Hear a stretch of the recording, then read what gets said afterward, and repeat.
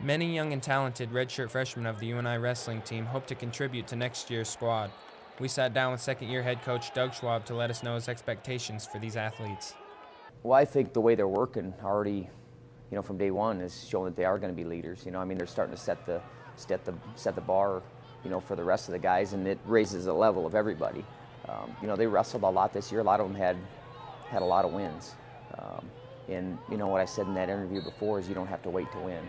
I mean, it doesn't get easier just because you get older. You see a lot of young guys who win, and then sometimes it gets tougher as you go.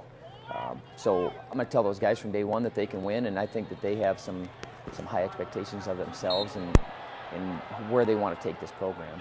They were all down there, and we got 4 or 5 of them. They were down on the floor. They got to warm up our guys. So they got to feel that atmosphere, and a couple of them, they just got big smiles on their faces just because they can't wait for next season to have their opportunity to be down there. So, but they got to keep working all spring and summer and fall, to develop, and then we'll be close where we want to be.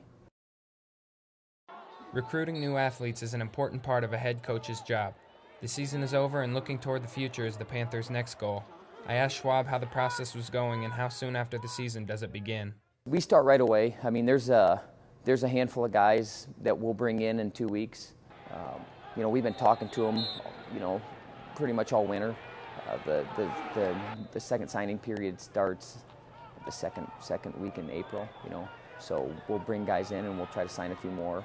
And then we're talking to juniors. You email them. You're starting to get back and forth some correspondence. And then July 1st, you make your phone calls and you start making your visits for next season's recruits. But we still have, a handful of guys that we would like to get committed, with the 5 that we already have committed to add to our program, because you got to have some depth and you got to have competition in your room to really, to see the best teams right now. They have a lot of competition in their room. They have depth, and we're working on doing that.